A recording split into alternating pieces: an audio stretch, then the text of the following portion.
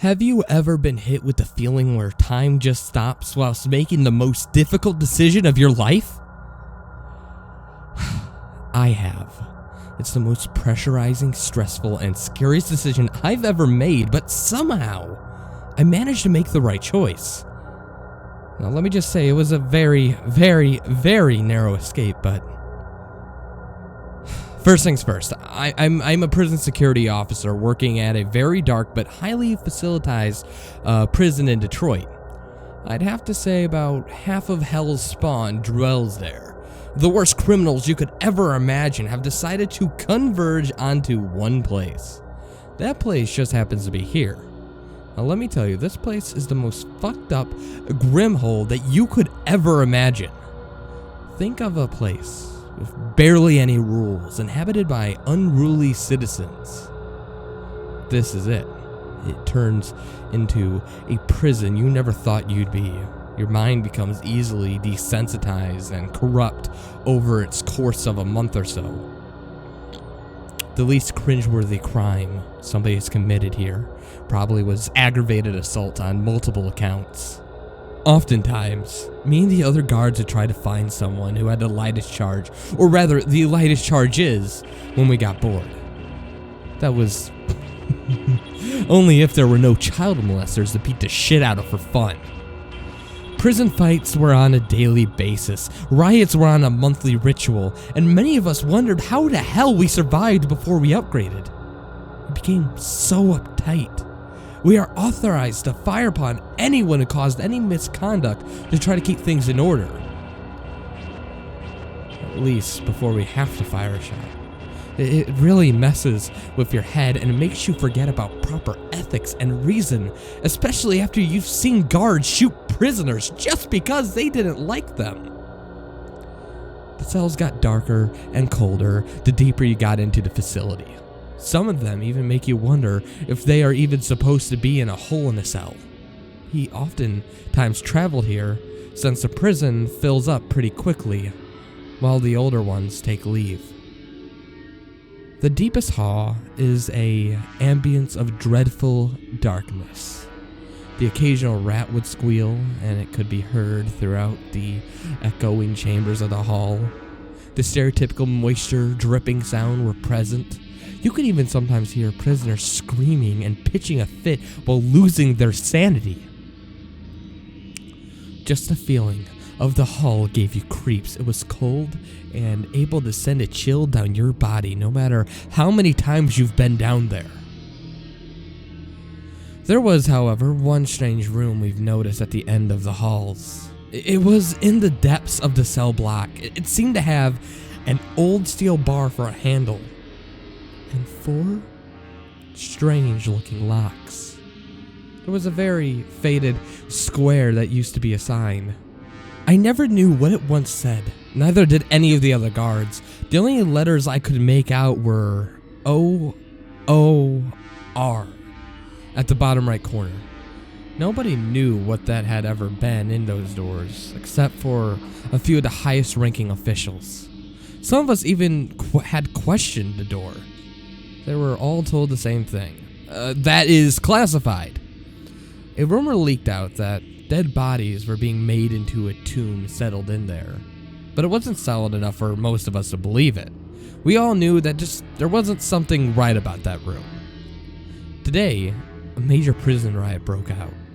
Who knows who started it? It seemed to be so planned out, so cleverly timed.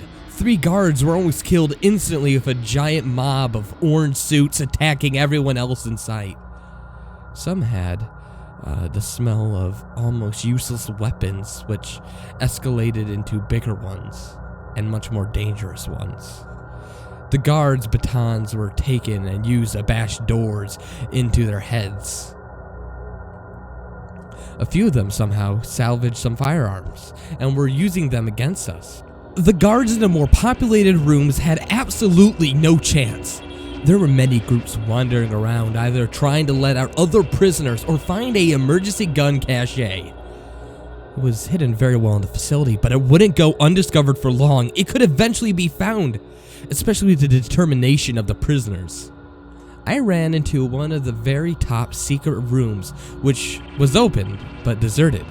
I ran into it and found an open drawer hidden under a desk in the corner of the room.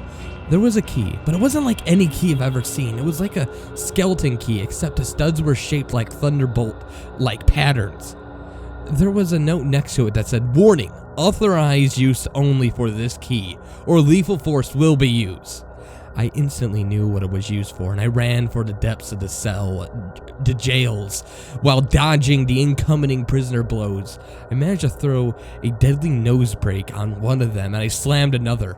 I don't even remember how I got there. I almost blacked out from the fights. As I stood at the end of the long cold hall, covered in blood and what God knows what else, I felt a strange suspenseful dread course through my body. Closer, I neared the door titled OOR. The more nervous I felt, I quivered, probably from the coldness of the cell. The slight fear from that was bothering me. The dripping moisture was the loudest sound I had ever heard in that time.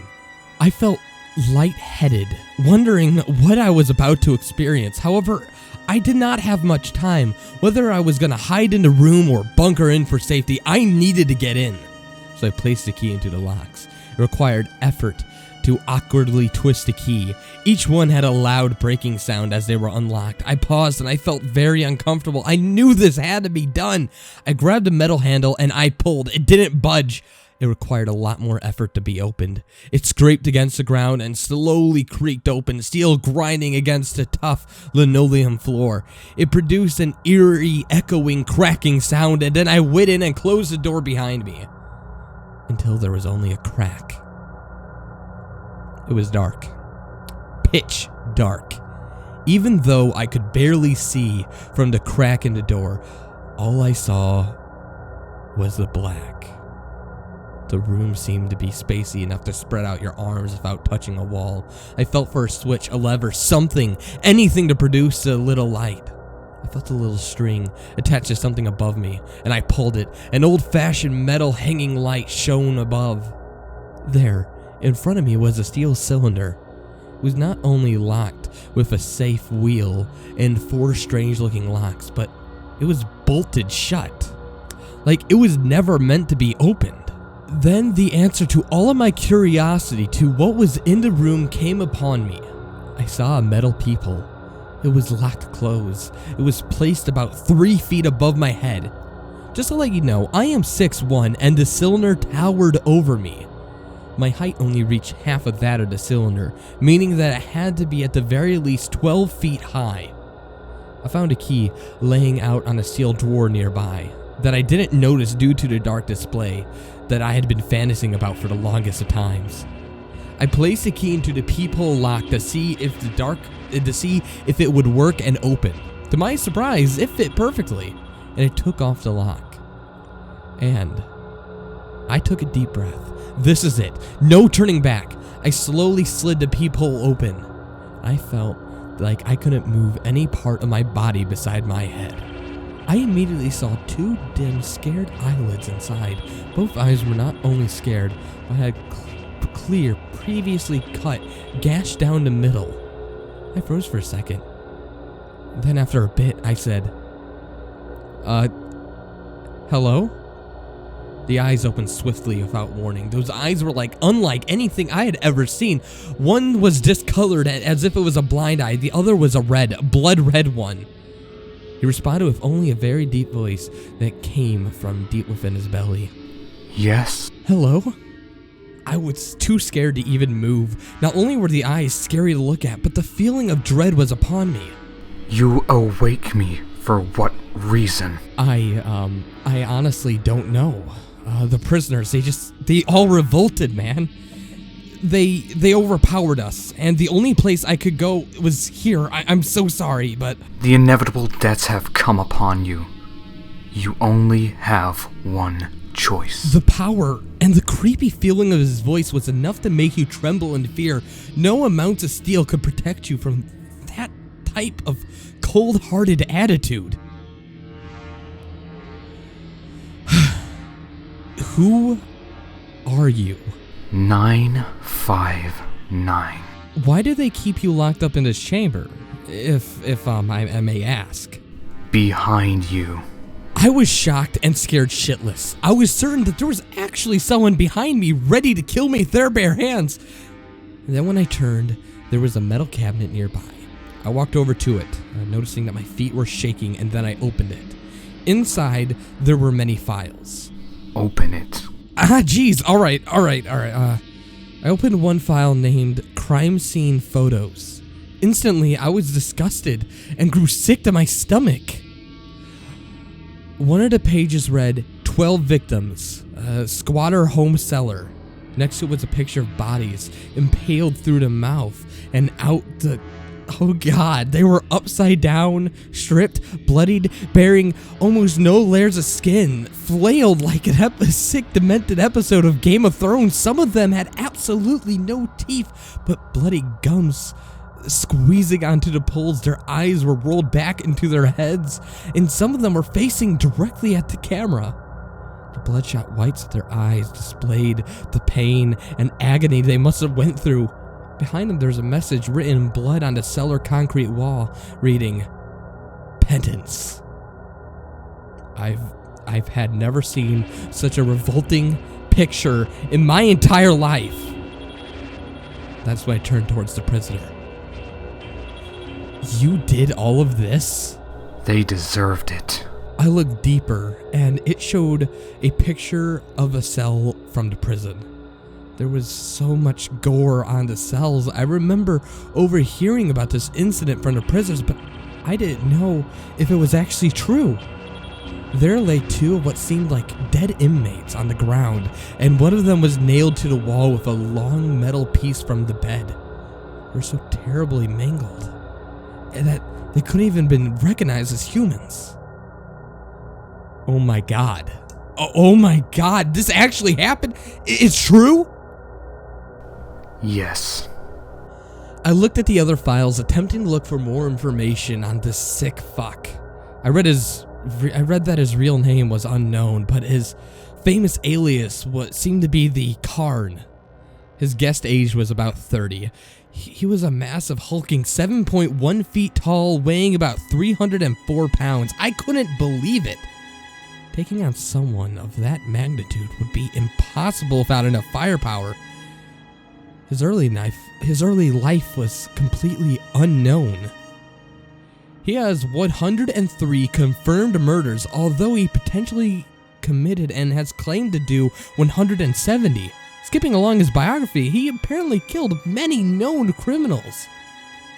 He had killed 2 cops, and he was caught in the act of flaying a fully conscious man alive after people heard his overwhelming screams from nearby. It took 6 tasers to take him down, and he survived 2 shotgun shells to the side of the stomach. All the victims of his crimes were kept confidential to keep the public from fearing the streets. Now I can see why this man or even thing is kept secret in this room, in this very secure chamber. Why? Why did you do this? They deserve to die. They deserve to suffer. They deserve to rot. Why did they deserve to die? Answer me that. They inflicted others with pain. They must suffer penance. I had to think fast. The prisoners were closing in and they were coming fast. There's no chance of hiding back here for very long. There's still rotting prisoners here. My gun won't protect me against all of them. My hand-to-hand skills are good, but I can't go on forever. I have myself concerned. Here and there, I can faintly hear gunfire outside.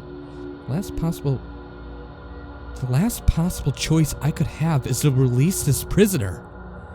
I could only have hoped he killed only those who deserved it, though, in the methods that he did it, maybe he could help me. It could be my only chance to get out of here alive. If I help you out of here, will you help me?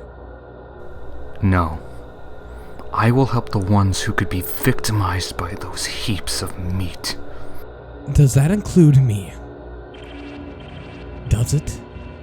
Yes. I quickly grabbed a strange-looking tool from the cabinet. A smile crept on my face as I got a strange sense of safety from this. And it seemed like I would have to take out the bolts from the door. I took it out, bolt by bolt. They clung to the floor and jingled as they hit. And carefully, I unlocked the locks one by one, very slowly but yet carefully, hearing nothing but the sound of the key jingling the pins. Then came the final step. The safe wheel. It looked very threatening and uninviting, but I had no choice. I turned it multiple times using all my might, thinking it would never open. Then suddenly, a loud, piercing echoed throughout the entire room. It scared me and made me fall on my back, and I watched as the door slowly opened, producing a loud creaking. Inside, there stood the prisoner. Just as his file had described, he was a giant, wearing raggedy, old, orange clothes, greased up to the point where they were almost gray. He was a mess, his face terribly scarred. Not by a single patch of skin on his face was smooth. His malice eyes stared back into my own, one of them white, one of them red. They stared at me from behind a mask which covered his nose and mouth, presumably to keep him from biting someone's head off. It had straps that wrapped around the back of his head. It seemed to have parts that went into his mouth, and I instantly got the image of Hannibal Lecter. His scars left you speechless with fear. He had very long black hair which lengthened down to his waist. There were chains around his limbs. The inside of the steel door had a couple of dents, which were metal.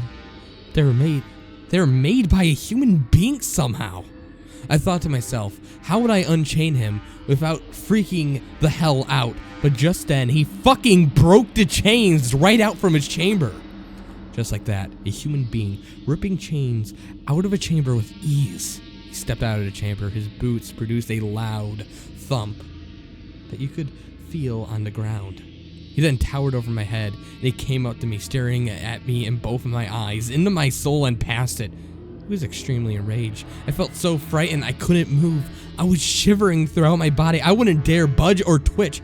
He put his hands forward. I thought he was gonna be wiring my neck, but he didn't.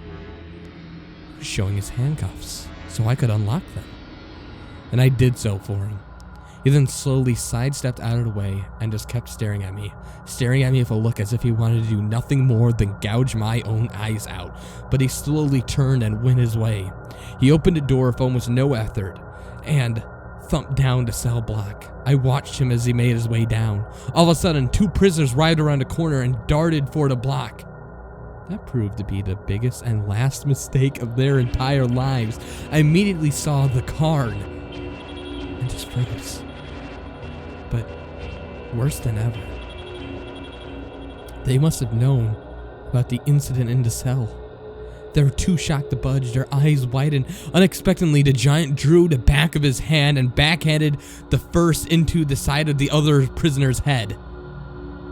His head smacked off the door of one of the whole cells and drew blood all over his face. 959 grabbed the second prisoner's face and smashed the back of his head into the other side of the wall. Instantly, brain matter and blood and pieces of skull botched everywhere, making a gory mess on the wall and the floor. I was speechless. I couldn't say or do anything from this point. 959 killed two more men with little effort.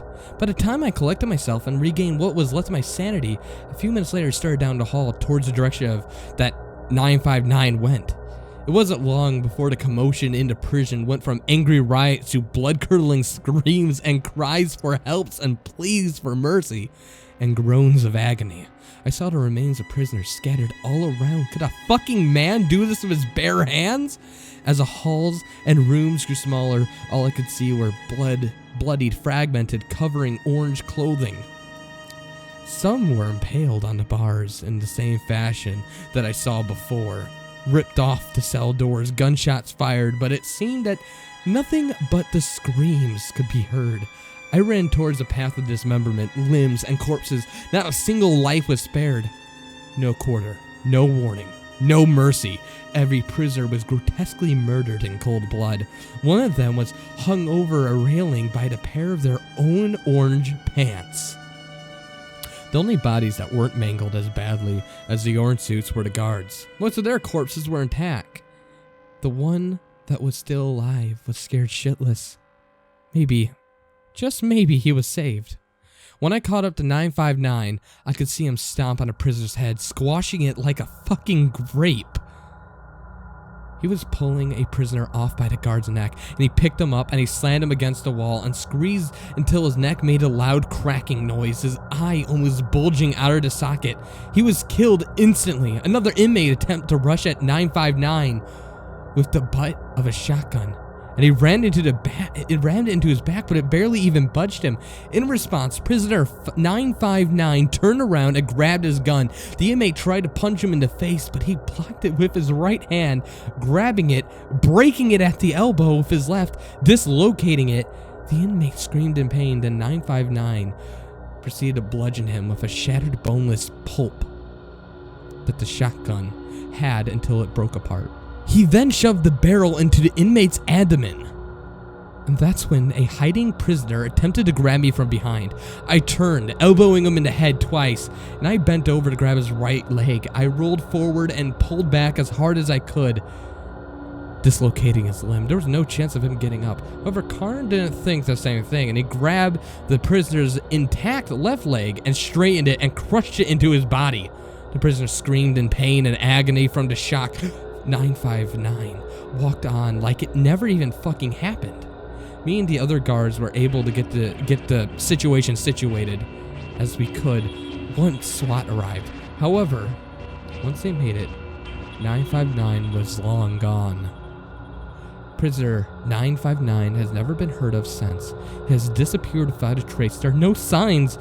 After he left that bloodbath of a jail, investigators and authorities have searched up and down the city, inside out. Eyes were kept open for more gruesome reports. However, they found nothing. I can honestly see why they have sought him tirelessly. He could go anywhere, do anything. He could do it to anybody. Prisoner 959, if you're out there, I'm grateful for the life you gave me, but we have to keep you contained.